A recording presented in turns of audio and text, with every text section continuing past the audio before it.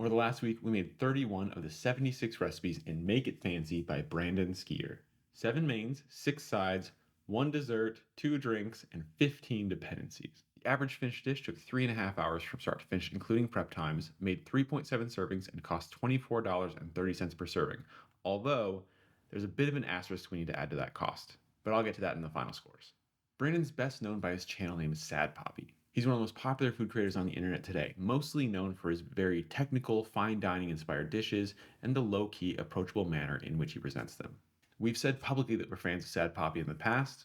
While we 100% support Sad Poppy in this household, we just can't get past the awkwardness of a crossback apron. They're just not for us. And fun fact, Brandon was actually my very first follow on TikTok and a big part of the reason we thought TikTok was a good place for our channel. Make It Fancy is Brandon's first book, and like the title implies, it's a bit more complex and pinky out than your average cookbook. Brandon calls out right in the book's intro that these recipes are meant for something special, not to be made every day, and that throws an interesting wrench in our review process. Brandon's intention is for the book to be more complicated than your typical cookbook, but also to be more special, so we're going to judge it on those terms. And that note is also why Sarah asked me to take the lead on this week, because frankly, I love a technical cookbook with lots of moving parts. Sorry, Brandon. That's not to say she won't be in most of the video though. I know you'd rather be watching her. But we've also made this week something special. We're trying out an updated format that, at least I personally think, takes these reviews to a whole new level. We dove into the review just like usual, by spending 5 days working out of the book by our standard rules. And by now you probably know those. Cook at least 10% of the recipes in the book, and follow each recipe as closely as possible from start to finish. Then we tacked on a 6th day, a bonus day, where we cooked out of the book like we normally would if we're not on camera, aiming for the same overall goal, but adjusting to our own taste as we go. We've been adding in bonus days for the last couple books, and we think it's a nice addition, so we're keeping it and formalizing those rules. The big difference with this review, though, is something brand new. A 7th day, and full disclosure, we might not be able to do this for every single book. That's because on the 7th day, we brought in the author, Brandon, to cook alongside us, and we spent a couple hours asking about the making of the book. The high points, the low points, and why it ended up the way it did. I don't expect that to change our criticisms, but it does add an extra level of insight that we think is pretty cool, and we hope you enjoy it as much as we did. But that's enough explanation. Let's get into the review. Here's our week with Make It Fancy by Brandon Skier. It's day 1 cooking out of Make It Fancy, and we're making the potato gnocchi with chili pomodoro and fried garlic, and the broccolini with black garlic salsa verde. Let's get cooking. We've got a few things we need to do today for prep. We need to make some gnocchi, we need to make some pickled red onions, and we need to make the chili pomodoro. So I'm gonna work on that, starting with the gnocchi. Using a fork, poke holes all over potatoes to allow steam to escape. And splash in the face with potato juice. There we go. Potatoes, stabbed. Ho ho ho. Bryn got me a gnocchi board for this. And I wasn't sure it was gonna come in time, but literally just arrived in the mail. So this is gonna make rolling these a little bit easier. We'll do 45 minutes to start. So while the gnocchi's in the oven, I'm going to start working on the pickled onions, I think.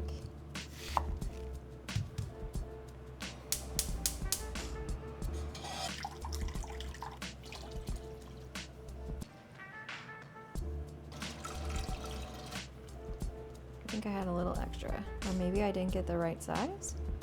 Let's check on the taters. We're gonna let them go just a little bit longer, say like 15 extra minutes. But we can also work on the pomodoro while we're waiting for that. Great. Let's check on the taters. Yeah, perfect. While that's resting, I'm gonna keep working on this. Leaves of 1 bunch. I don't know what that means. 60 sprigs. I feel like peeling them would have been a lot easier while they were like a little bit hotter, but I feel like this is not gonna work out the way, maybe if I squish it with my fingers first. Man, if you have arthritis, don't do this. I think I'm getting the hang of this now. Oh, no, I didn't. I'm just smushing it all on the, maybe I overcooked them? I love potatoes. I do not like making gnocchi though. I don't know, maybe I didn't cook them long enough. What does fork tender even mean? Do the whole thing.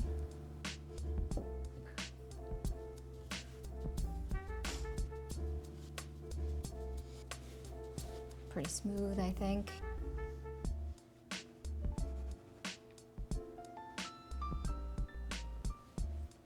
Like that, I think.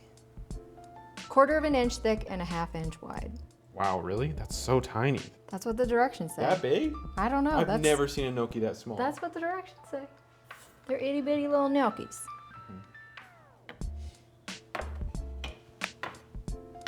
Okay, you're working on the broccolini and I'll work on finishing up the gnocchi. Sure. Taste my pomodoro. That is a much better pomodoro than the Start Here pomodoro. It's more interesting. 1 preserved lemon, finely chopped. Your water's boiling back here, so I'm gonna toss in the broccoli. Thank you. It should be like 30 seconds, and then into the ice bath, and then onto the tray. And then I'll just throw the gnocchi in this same pot Yeah. to do 2 things at once. Got them all at once. This is blanch number 3. This triple blanching of the garlic breaks down the compounds that contribute to garlic's smelly pungency and leaves the garlic sweet and mild. Allison. This is bubbling and boiling. I'm just gonna toss in the gnocchi. Thank you. I need to sharpen this knife.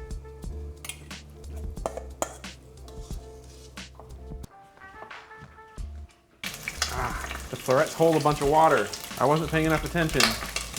We really have to watch our step. Gosh, these things stick so easy. I dropped some garlic, but don't let the dog get it. Okay, that worked pretty well. Last time I fried garlic, it was so bitter. The triple blanching really works.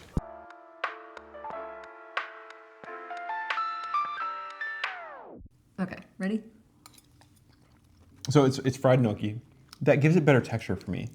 It's not so like completely tender. There's like some toothiness to it, which is What you need. yeah. I think that's rare in gnocchi though. Yeah. It's like pretty soft most of the time.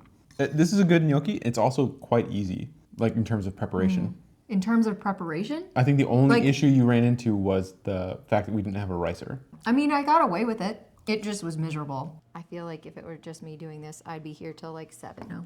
I think the other issue is that our tammy was not very coarse. It was very fine, and I think it would have been helpful to have it be slightly coarser. These are very small gnocchi, is one thing to note. The dimensions he gives are like 1/2 by 1/2 by 1/4 inch. They're itty bitty little gnocchis. I love the mix of textures. You've got soft from the tomato, you've got crunchy from the garlic chips, you've got like a chewy, slightly crispy on one side gnocchi. I think that's great. I think this would be excellent with pasta too if you don't want to take the time to make gnocchi. This was what he said was like his release single would be for this book. So I wanted to start here. It's a great pasta dish. Worth it. This was a good pairing. You've got the garlic to carry across both of them, but then you've got like a fresh, bright, you've got multiple acids. You've got the really sharp zing of preserved lemon, the greenness of the broccolini. It just contrasts so much with the other dish, but they also have that through note. Yeah, I think these go really well together. The relish is a little sour, probably from the preserved lemon. And from the pickled onions, and from the vinegar, and Oh, yeah. from the lemon juice. It's good though. I like it. You do need something, I think, on the side that's like counter to this. So this is an excellent pairing with this dish. Otherwise, I feel like your mouth would get a little bit tired of like, especially I the agree with preserved that. lemon. And this can really like wear you down. I think both of them have that quality where they can tire you out because there's like a lot of like certain flavors, but they balance each other well enough that if Right. you just go back and forth, they'll be in good shape. I'm gonna say smash on both. Solid smashes. I don't think either of them is like a hard smash for me, but solid smash. The broccolini, the amount of flavor you get for the amount of effort you put in is fantastic. I don't know that I would do it exactly the same way, but like overall, that approach is something that I will come back to. So hard smash, smash. The broccolini takes you up into like the high notes, and the pomodoro flattens you back out. So you're like middle C. You can get all it. There you go, that's better. I'm in the camera range now. It's day 2, cooking out of Make It Fancy, and we're making the roasted baby carrots with spiced lebna and pistachio duca, the duca crusted lamb rack with burnt honey gastrique, and the pistachio oil cake. It's pistachios 3 ways. Let's get cooking. I'm gonna go walk the dog real quick and then I can help you out, but I'll be right back. Sarah already made the cake while I was at work. Yeah, there's prep footage, so you can watch the prep footage. While I eat the cake. So for prep today, I'm going to make the pistachio duca, the honey gastrique, the whipped creme fraiche, and I'm gonna make the cake. I'm gonna start with the pistachio duca. There you go. Okay, I guess while I'm waiting for that, I can work on prepping the other stuff. Coriander, cumin, teaspoon of Aleppo. What do you need for the honey streak? Cherry vinegar. We're up to 350. Let's switch back over here. Oh. I'm gonna get this going too. Try not to stir it. Good thing I don't have enough honey to do another round. Should have thought about that. Okay, don't touch it. I feel like this is one of those situations where you just like stir and stir and stir until the honey dissolves. That's not a lot. Honey gastrique, whipped creme fraiche. Whisk until you have stiff peaks. I'm so bad at whisking with my left hand. I think I might have over whipped it, but that's definitely stiff.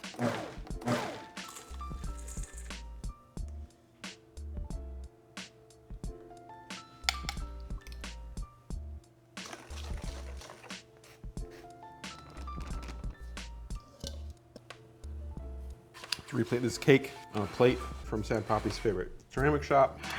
Sure, at least it look nice for photos now. You can get a little cutaway. 2 pounds of baby carrots. When I read baby carrots, those aren't really what I thought of.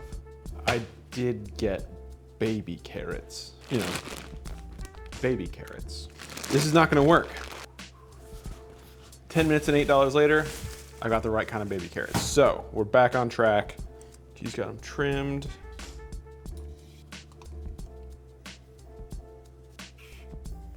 People, how dirty you got. He's just green. She's great. I hate grating ginger. That could be hotter before I toss that in. It's interesting that he wanted us to remove this fat though. Like typically that's something I expect to be left on. Sarah, can you find the photo that had the side view of the lamb rack he was working with? He definitely has more fat through here though. I overdid it, I guess. Oh well. There's like a little bit to render, but there's not much. I guess I know for next time now. So irritated with myself. Toss it on. Okay. Quenelle contest. In and back. Nailed it. Right in the middle. Thanks. This is not cold enough for it to be easy, but I'm gonna say that's the best I can do. Yours is better. This is the ugliest. I'm gonna just frost it with this basically. Break them down.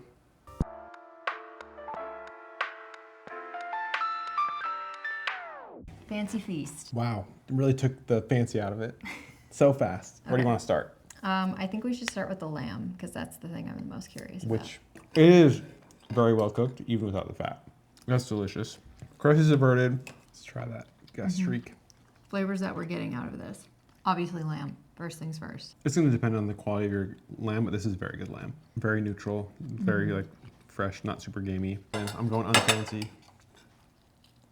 I think the honey gastrique is really nice with this because the acidity from that sherry vinegar cuts through a lot of that like heavy meatiness of the lamb and gives it a little bit extra kick. I do want all of the dukkha. It's like salty. The richness of the pistachio is good with the sweetness and the acidity. Yeah, it's a very well constructed dish. I do want to call it that this recipe contains one of the finest sentences in any recipe I've ever read. And the bard spake. Then lay the rack, meat side up on the rack, and transfer the pan to the middle rack of the oven. That one just cracked me up. I think once you know what you're doing, even the way we fucked it up was fine. There's like a little bit to render, but there's not much. You end up with a really nice showstopper. It's not heavy, not too intense, nice balance. I think this would be a really impressive, relatively easy dish for a lot of people to make. And you can make a lot of it the day before or a couple of days before. So then you're really only having to worry about the lamb rack. Let's eat some carrots. Damn, okay. That is so good. Those are the best carrots I've ever had. It's a low bar, but they're extremely good. I love Lebanon. It's spicy. Yeah, it's got Aleppo chili in it. And cumin and coriander and lemon and garlic, and the garlic really stands out. This may actually turn out to be a better concept menu than I expected, because I just wanted to like do all the like pistachio recipes in one, because that seems to be a really sad poppy ass thing, is like how much he uses pistachio. This actually works so well. With my beloved offset spatula. I'm gonna give you the big piece. Wait. I'm not gonna go that far. Wait. We can do this. I just don't want it to like hinder the experience. You know what I mean? We call her Fine Dining Sarah. Soft like a muffin. Cross between like a muffin And an angel food cake. and angel food cake, yeah. I'm really impressed with this. I think the hardest part is that, well, it's not even that hard. He just makes you like whip it by hand, which I haven't had a lot of experience with, so I worried that I over whipped it, and I don't think I did actually. It's in good shape. But the actual cake itself is really, really airy and light because of that pistachio oil too. And the pistachio shavings on top don't really add a lot of flavor, but like it looks good. This is not how it's meant to be served. No, This was an audible after we failed at our canals. they were just rustic. I'm going in for round 2. Whoa, you going in for round 2 of cake? Surprising. It's a good cake. All right, ratings. Hard smash on everything. And together, Yeah, I think together it's such a good. The fuck was that? it's a triple heart. Okay. What day is it? Day 3? Day 3. Day 3 cooking out and make it fancy. We've got hiramasa aguachile, horchata, and what's the other one? Duck confit with mole poblano. The cover photo. You're gonna get started on stuff. I'm gonna go grab some drinks because it's been one hell of a day. It has been a day. And I'll be right back. Thank you for making all the mole. You can watch Sarah make the mole now. Yeah. Day 3 prep. We've got the sous vide running in the background, so I'm sorry if that's irritating, but that's just gonna be running. I'm going to work on making our cilantro serrano oil, and I also have to get going on the mole poblano. I'm gonna get going with the cilantro serrano oil first. Fry for 5 minutes.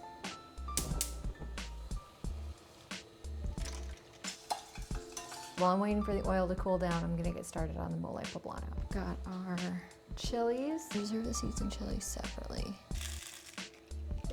Pause this, move back to finishing up our cilantro oil. Add the chilies and oil to the blender. I feel like I needed like a hand blender for this. Oh well. If it doesn't work, we can move it over to a hand blender.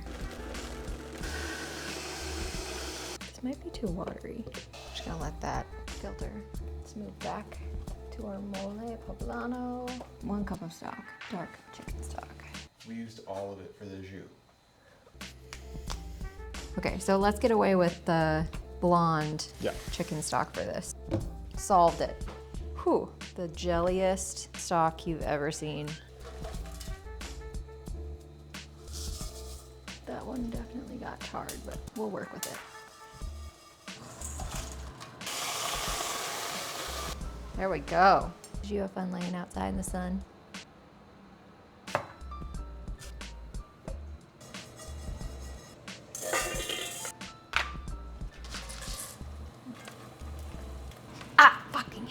Got myself good, but okay. Transfer these to a separate small bowl. Home stretch though, we're in the home stretch.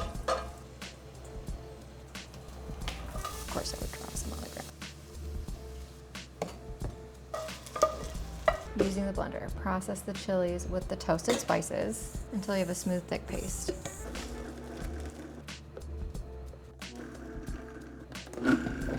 Oh, should I have used the hand blender for this part?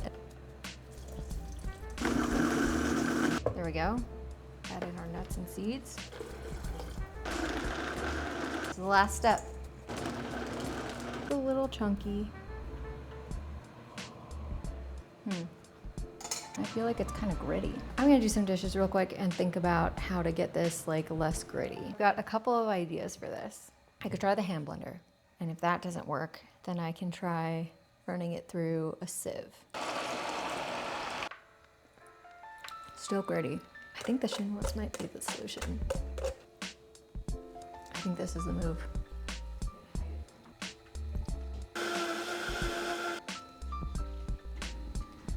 I'm gonna make the horchata back here.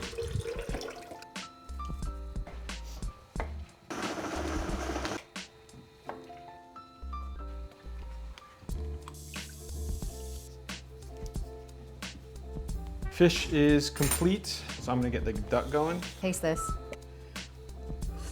That's like ice cream batter.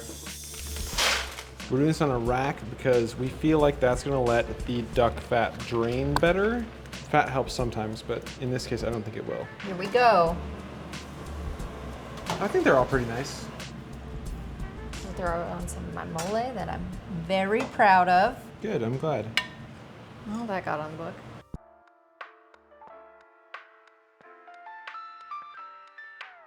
Okay. I think we should start with the fish. Okay, I put too much broth on it. Okay. It looks like it's drowning a little bit. I want to try the horchata first. Oh. I get milk, then rice, then cinnamon. The condensed milk is interesting. I've never had it with condensed milk before. I think it should have a lot more ice.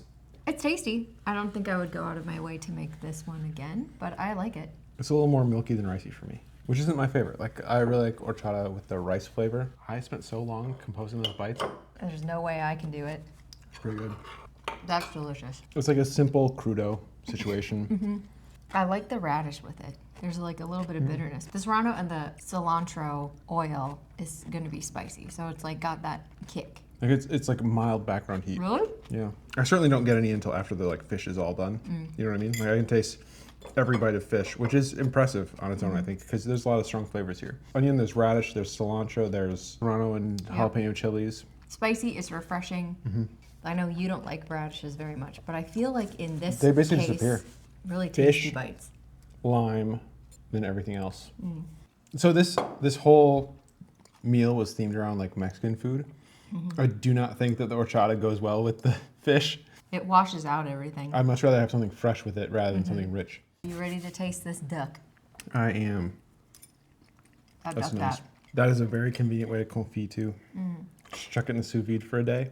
I had to get creative with the mole because it didn't turn out the way that he expected, but Speak on that. I think what I was supposed to do was like really make sure that every single step of the blender was like completely smooth. But because I didn't have enough stuff in my blender to like keep it going, I had to add in more stock, which like just made it harder for it to all get like cohesive. It's a slurry problem. There was a lot of like grittiness the first time I tried it. But this is excellent. Okay. Yeah. So the duck is salt, coriander, and black pepper, I think. Maybe a cumin? I can't quite remember. I don't think there's a lot of that flavor going on here. Most of the Yeah. flavoring is coming from the mole. But the mole is really tasty. It's like that rich, nutty, chocolatey, It is spiced, but It's not spiced. spicy. but it's extremely tasty. On the duck especially. The texture is great on the duck. It's very luxurious. They're both so soft. Everything is like velvety. I think these two go well together because they kind of feel Yeah. tangential to each other in a way that the horchata didn't. This is fancy. This feels like it could be fine dining or it could be like home cooking, you know? Yeah. It's a good crossover. I'm not like as blown away as I was last night. I think it's light smash on the horchata and smash on the other two. I think a hard smash on the The fish? hamachi, yeah. Smash on the duck and light smash on the horchata. I think you're right. Although you should finish that because you said it was a hard smash. I want to so bad. Do I'm it. going to. My sinuses are going crazy. Day 4, cooking out of Make It Fancy, and today we're making the little gems with creme fraiche, burnt onion, and seeds, and duck breasts and braised turnips with duck jus. Yeah, we did a little bit of prep for this one. And by we... No, we both did because we had to make the jus. Hey, I did contribute. Let's get cooking, shall we?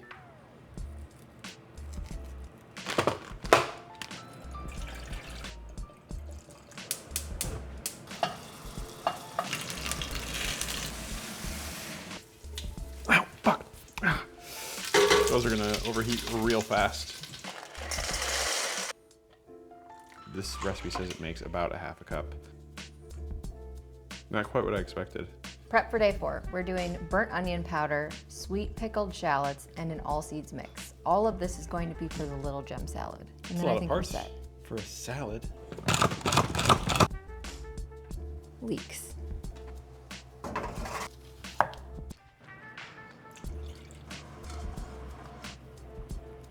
What do we have for all seeds? We got grams? Fuck yeah.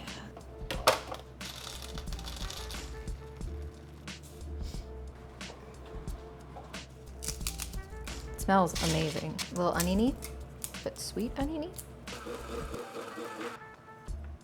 I can put that in a smaller container. Burnt onion powder.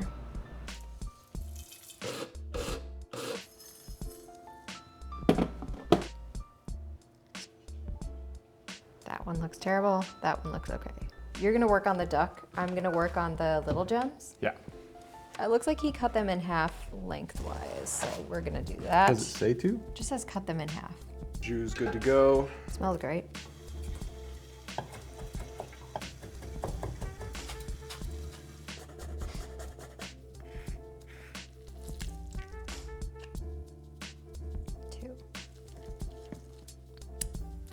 It's a little bitter, but maybe the sweet pickle shallots will like with some of that.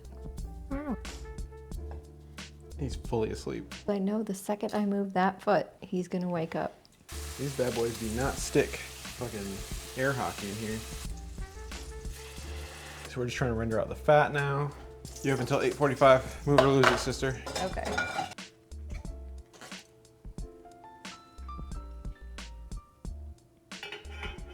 Serve at once.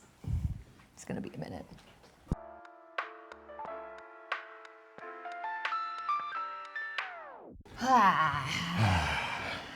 It's a silly amount of dishes that we use for this, but You just need a pan to keep the stock warm. You need a pan to keep the jus warm. You need a pan to cook the turnips. You need a pan to cook the duck. let's start with the duck. Oh, the jus already congealed. I want that It was gooey. the cold I guess plate you need fucked the, it. the plate to be warm. It's so thick. Like I had to fold it Yeah, when I I saw. was putting it in the fridge. It's gonna like melt again as soon as it touches the hot duck. Yeah. But it's just the cold plate is too much for it. The duck's fantastic. I got a really chewy bit. It's a fat on top. And maybe you needed to render further. It was like so nicely golden brown that I was like, okay, this must be a good spot to start it. But okay, I can take that as a note for next time if we make something like this again. Go for a deeper brown, Not a huge fan, texture-wise. but it's just textures, yeah. Yeah, I'm curious what it's like without the skin, which it just never quite got crispy. So I think as a note, this needed to cook longer. Even though it was golden brown, it needed to be like darker. Maybe it is just the skin that I'm not a big fan of. It's just hard to chew. It's like, I feel like it takes a lot of work. Right. And when I think duck, I don't think like it should take work to eat it. Sure. You know what I mean? I hate to say pass on a duck, but I'm gonna say pass for this one. So the flavors on the duck are intensely like French, which I think of as like meat and aromatics. There's not a lot of like intensity going on. It's just basic garlic, some herbs, but I'm mostly getting black pepper. Really? Out of the jus, like which is seasoned with black pepper, out of the parsnips, which are seasoned with black pepper, out of the duck that is seasoned with black pepper. The rosemary and thyme don't really come through for me. They smell great when you're cooking it. Oh. They don't come through for me in the finished dish. Really? I definitely taste the thyme. The jus is lovely, but ultimately, it tastes like duck. So you're getting duck on duck on duck. You ready to try some of these cut jams? I am. Nice. Bitter, salty, crunchy. There's a surprisingly deep range to bitter in this. The herbs are technically bitter. The burnt onion is definitely bitter. The lettuce is bitter. Everything's a little bit bitter. Yeah, I was hoping that the sweet onions would be enough to like lift it, but I think if I had a pile of shallots on top of this, then it would help balance it out. I'm getting lemon, I think. There's lemon. There is creme fraiche. Tonight is light smashes across the board for me. I think the night is passes across the board for me. If someone served it to me, I would take a couple of bites. You wouldn't be happy about it. I don't think I'd let them cook for me again. I thought that might happen. It is day 5 cooking out of Make It Fancy, and today we're making blistered grapes with stracciatella and saba, and beef and pomme puree with bone marrow and bordelaise. Does that sound good to you? Let's get cooking. It just says add salt. I don't know how much salt. I'm worried I'm gonna spill this on my way to the fridge. Made it. The theme here is steak and wine, so we've got a grape salad and steak and potatoes. 2 fresh thyme sprigs.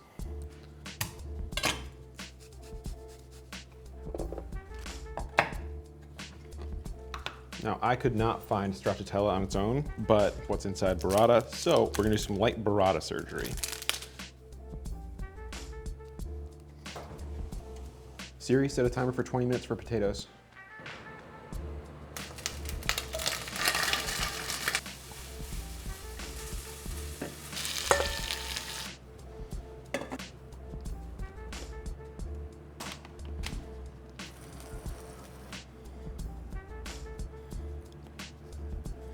That one feels okay.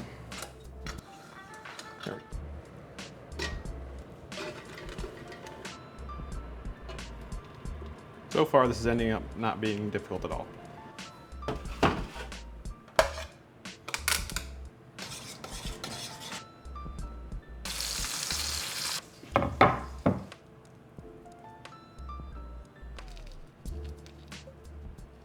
Do you mind setting up over there?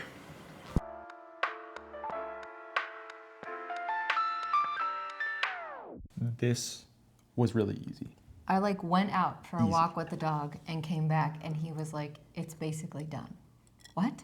Yeah, I was expecting this to be a lot more complex than it was. It was really, really simple. Let's dig in. Steak is fine. I don't think steak is really like the point of the recipe. I think it's the potatoes and the sauces and the marrow. This is good Like though. he's like basically cooked the steak to your liking.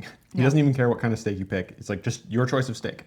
It did take a long time to make the bordelaise, but no longer than any other bordelaise, you know? Like that's a pretty standardized recipe now.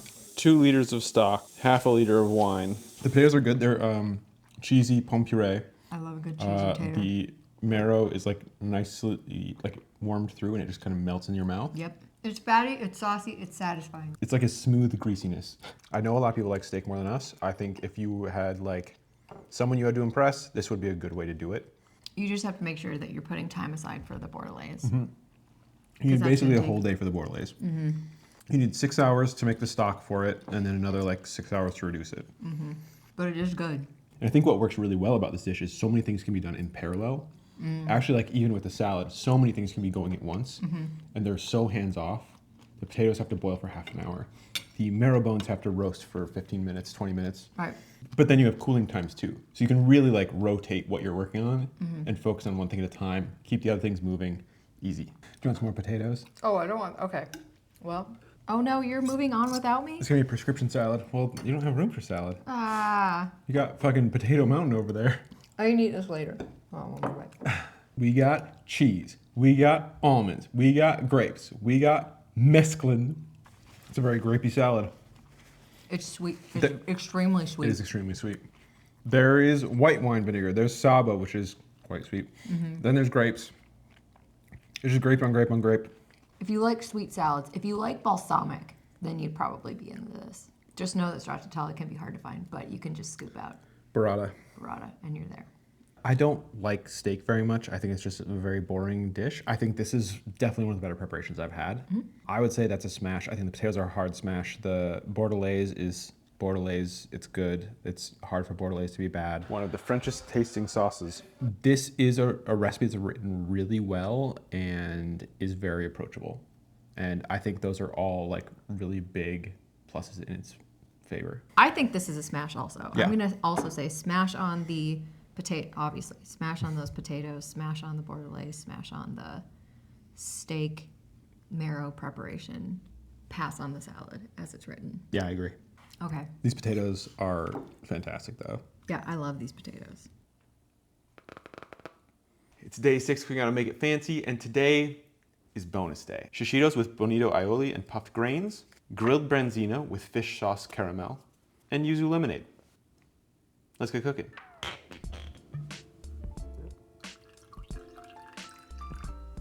Do I have a bigger pitcher somewhere?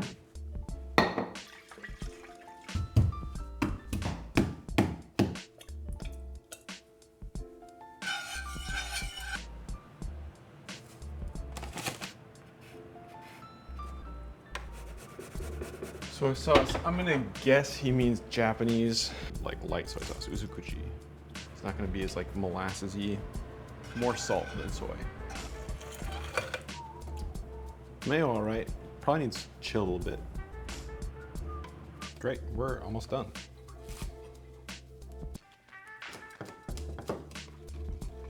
I've not butterflied a fish in years, so don't judge me.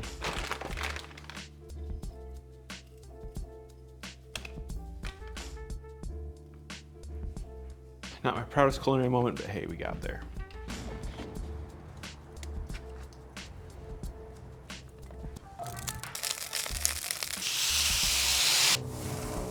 Oh, this is gonna be so ugly on the bottom. Oh, forgive me. Oof. Pretty through there, but the rest of it, nightmare.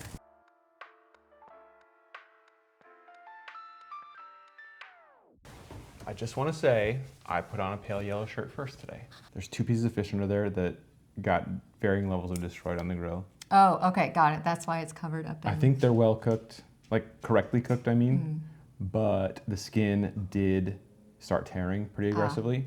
So it was ugly, and now it's covered in herbs. Got it. Where's the puffed rice? Yuzu lemonade. Oh, the puffed greens, you're right. Are they supposed to go on it? I don't Let's remember. put it on the sauce. Amaranth, quinoa, wild rice, and sorghum. Sorghum. Yuzu Can we lemonade. do the lemonade first? It works. I mean, it's very lemonade-y. Yeah, I think I'm just not a huge fan of yuzu, so for me it's kind of like... That is true, you're not. It's a bitterness that it gives off that I'm like... Floral. It gives, yeah.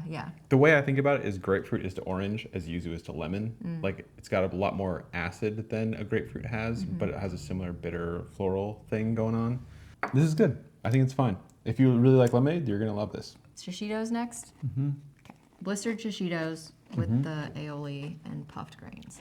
It's really interesting the way that it's like a riff on a classic in some ways. I've had shishitos with katsuobushi on top. I've had fries with katsuobushi on top at Nojo's in San Francisco. They do takoyaki fries. This is an interesting twist on that really folds a lot of the flavors into a very simple presentation.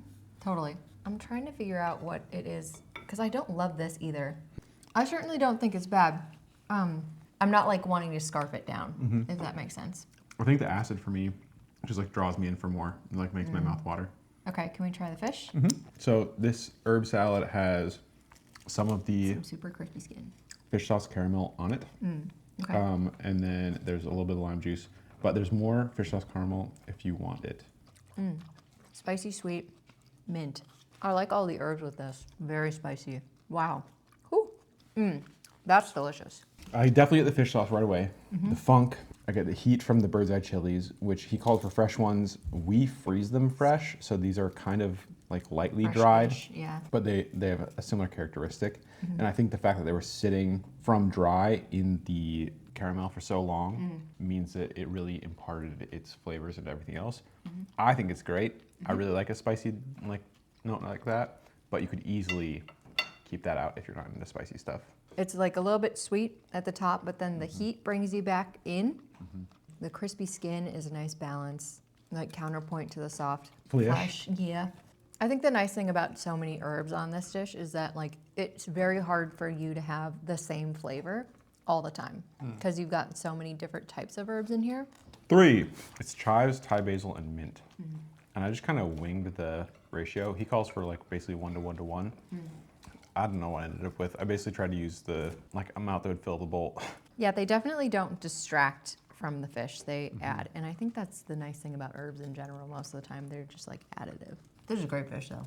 There are definitely things I would do differently next time.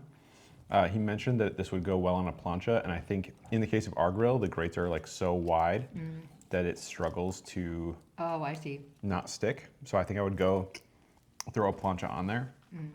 The other thing is the heat was so high that you're kind of getting a varied like set of cooks throughout the fish. The plancha would help mitigate that too. Try the lemonade again in post. Let's see how it is. Okay, let's see.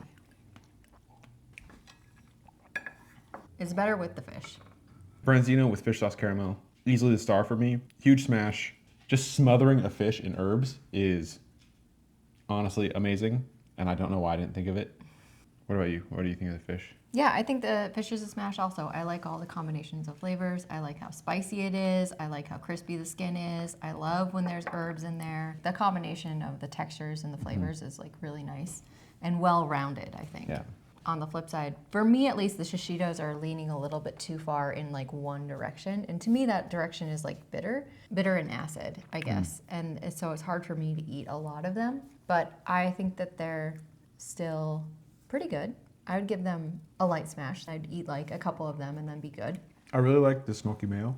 It's a clever trick, not only extracting the katsuobushi into the oil, but also blending it into the mayo at the end. Really extract all the flavor you can from them, which I think is great. The puffed grains were really easy and add some texture, which is nice, especially when you've got soft and soft. I think that's like a nice touch. I would probably pile more on than I did this time, but they're a smash for me.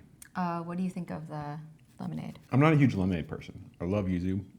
Light smash, it's totally fine. It's not gonna blow your mind. It's an aspirational He book. just brought me a toy. Did He's like, here. just want He that? said that on my legs. Hey, you. Fry! Fry, buddy! It is day 7 cooking out of Make It Fancy. And today we're gonna make scallops, celery root, and apple with a brown butter emulsion. Look how gorgeous that plate is. Wow, incredible. Wow, really flex on him. We're gonna make the vinaigrette first. Oh, interesting. They changed my measurements. What do you mean? I originally had this all just grammed out because it was faster. I was gonna ask how that happened because I assumed they put pressure on you to do it. Here's what happened, is I wrote the book proposal. Everything was by weight. And they were like, well, your audience is in the United States, so can you do it in Imperial? And I was like, yeah, sure, whatever. So when I started working on the actual book, I put everything in Imperial. And then they were like, hey, actually, like 2 months into it, they're like, hey, actually, can you put both? And I was like, okay, like you're having me like take Imperial, it like recipes were, it was just like the stupid shit. It was Right. 1 tablespoon plus 2 teaspoons. It's kind of unfortunate. It's like once you actually write it and you hand it off to their editor, like there's nothing you can do. It's out of your hands. Yeah, there's nothing you can do. You don't even see it until it's being printed. So if there was anything that you wanted to change, it's like you're shit out of luck.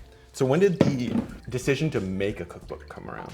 Like, did they approach you? Did They you approach approached me. them? Okay. Yeah, so I think there was a period where all the publishers, after the COVID boom, were trying to scoop up all the creators. Right. Yeah, so I mean, if you look at around my publication date, like every single creator like wrote a cookbook. So yeah, they approached me, and then I wrote like an abbreviated proposal. It seemed like they just really wanted to get something out. Did they give you like a spec to follow? Like most of them are like around 100 recipes. Yours is a little bit shorter. Mine was only 75 recipes. They give you the, you know, the contract obviously and everything, and it gives you all like the details and the rules that you have to follow, like your deliverables, what you're responsible for in the book, and then when the book comes out and stuff like that. So yeah, I was contracted to 75 recipes, and then details about like how many photos you need to provide, because all that comes out of your budget. You're right. And my understanding is you did this with actually a pretty small staff relative to, like a small team relative to like a lot of books. Like, Oh yeah. Oh yeah. It was just me and then the 2 photographers, and I did the cooking and food styling, and then they did the photography and props. So it was literally just 3 of us. And I went to my friend's cookbook photo shoot, and there was like 12 people in that room doing the shoot. And I was like, man, I feel like we really did it on a budget there. yeah. This is perfect, this nice peanut butter color. Do you want to show the good people at home? Can I show it on camera without spilling it? That's the skill, isn't it? Like half the time. Yeah. So a lot of these dishes, one of the things that stands out to me about feeling kind of restaurant-y is the smallest amounts are like really small. Like it feels like it's part of a larger recipe. Does that make sense? Like 3 hazelnuts or like half of a green apple, things like that. Like stand out to me as like, oh, this was meant to be a bigger thing. Yeah. We were trying to figure out like how many people is this recipe supposed to feed? And like my recipes are not meant to feed like 12 people. Right. You know, they're meant to be for like, Most of them seem to be like 2 to 4. yeah, 3 to 4, around that. So it was like, I'm not gonna have people dice, you know, just like an absurd amount of apples, and you're only gonna use like a little bit of it. Right. It's just always like what we were talking about, you're like tiptoeing, it's like a fine line between like too restaurant-y and like too homey, and like where do you find the balance? Portion size is an interesting place to do it. Portioning is an interesting place to do it, because if you make it too hard, like if there are too many steps, and then it requires a lot of ingredients, and then you have like a bunch of this left over, that isn't gonna be like necessarily good the next day. Right. Kind of like gonna leave like a bad taste in your mouth. This is supposed to be more of like an intimate setting, like you're making this for, you know, 2-3 people, you know, like a girlfriend, anniversary. No new friends. No new friends. Or even then, if you want to do like a supper club or something like that, and you want to like use one of the recipes, you can easily figure out how to scale it up and down. It's hard for me to remember that your name is Brandon sometimes. Yes. Do you think about yourself as Sad Poppy, or is Sad Poppy a different entity, or like? I mean, I guess I think of myself, it's kind of just like my moniker at this point. The name came from my friends. and it was them actually kind of just like making fun of me, because I had like this surgery, and I lost a bunch of weight, and I was like really depressed, and my friend was just like, now you're just like a sad poppy, and I thought it was hilarious, so I just changed my username, and then it stuck. It's funny that the Make It Fancy, that wasn't even supposed to be a title. What was it gonna be? It was supposed to be Don't Call Me Chef. And the idea behind it is like the word just gets thrown around all the time now. So I don't consider myself a chef. I'm just like a dude in his kitchen making videos at this point. And that's just kind of like what I wanted to say on the title. I don't know. Where do the ideas for a lot of these come from? Are they from like your time in restaurants? Are they related to specific dishes you've done before? Definitely related to specific dishes I've done before. Like the beet salad from the book is literally just like a direct transplant of the first dish I ever got on a menu. Like exact same recipe, so that is something that came from restaurants. And then a lot of the other stuff is just like amalgamations of techniques from restaurants combined with things that I really like the gnocchi. You know, I really like the spicy pomodoro. And then the triple blanched garlic and then frying it to mellow it out. That's something from restaurants. So it's really just like a mishmash. Is there a specific inspo on this dish? This dish, it's really just my winter set, my winter scallop set, you know? Nice warm flavors to go with sweet scallops. Brown butter and hazelnuts, fucking classic. This is the biggest thing I struggled with all week was plating. I'm just not good at it. Me neither. I just wing it.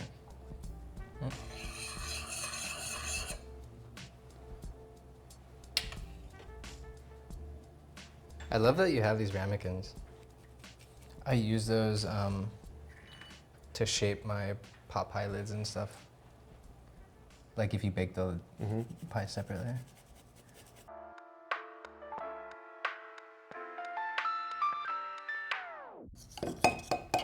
It's always a race. What are you getting? Scallop. The apple is really nice. Like I love the malic acid lemon combo. Malic acid is a fun ingredient on its own. Yes. The brown butter emulsion is like the brownest butter. It is. That kicks ass. I love that technique. You can apply that to so many different things too. Having it be balanced out by so much citrus afterward. Yeah. That's the catch. Lots of fat, lots of warm flavors, needs lots of acid. It's so weird doing this to your face. I'm not putting you on the spot, am I? I asked for it. You did. I was like, you asked. I know. You know? I'll go get her. Put her on the spot now. Yeah, put her on the spot. It's overcooked. I have no idea. Olive. Ooh. This is divine. Divine. Lemon. Lots of lemon. I think like 50% of the dish is lemon. I like that a lot. Can I have more? Go for it. Yeah, that's why. Hard smash. Hard smash. Is there a question that nobody has asked you about the book that you wish someone would ask you? Or about Turn it the around experience? on him. Make me make the interview, why don't you?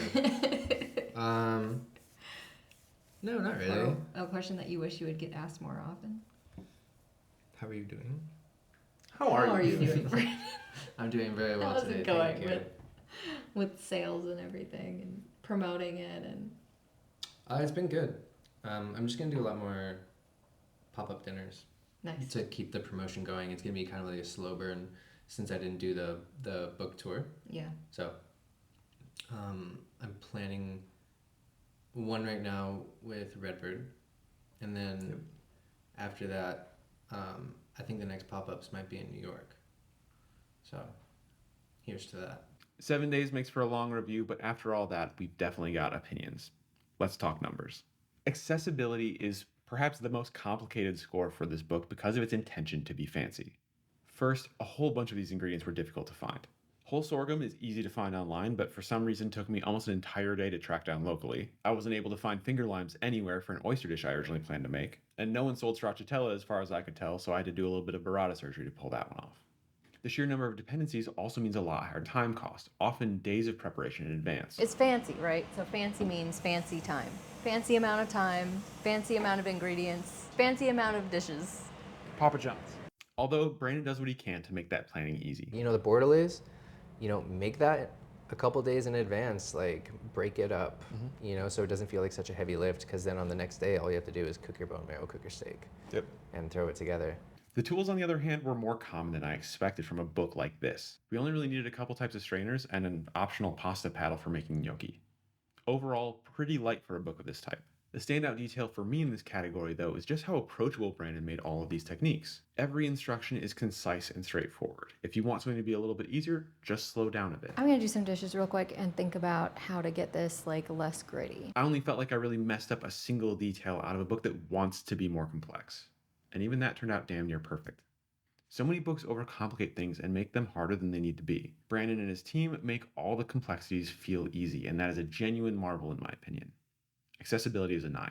Aesthetically, this book ticks a lot of boxes for me. The stark, high contrast photos are stunning, they matched our outcomes, and they were downright inspiring.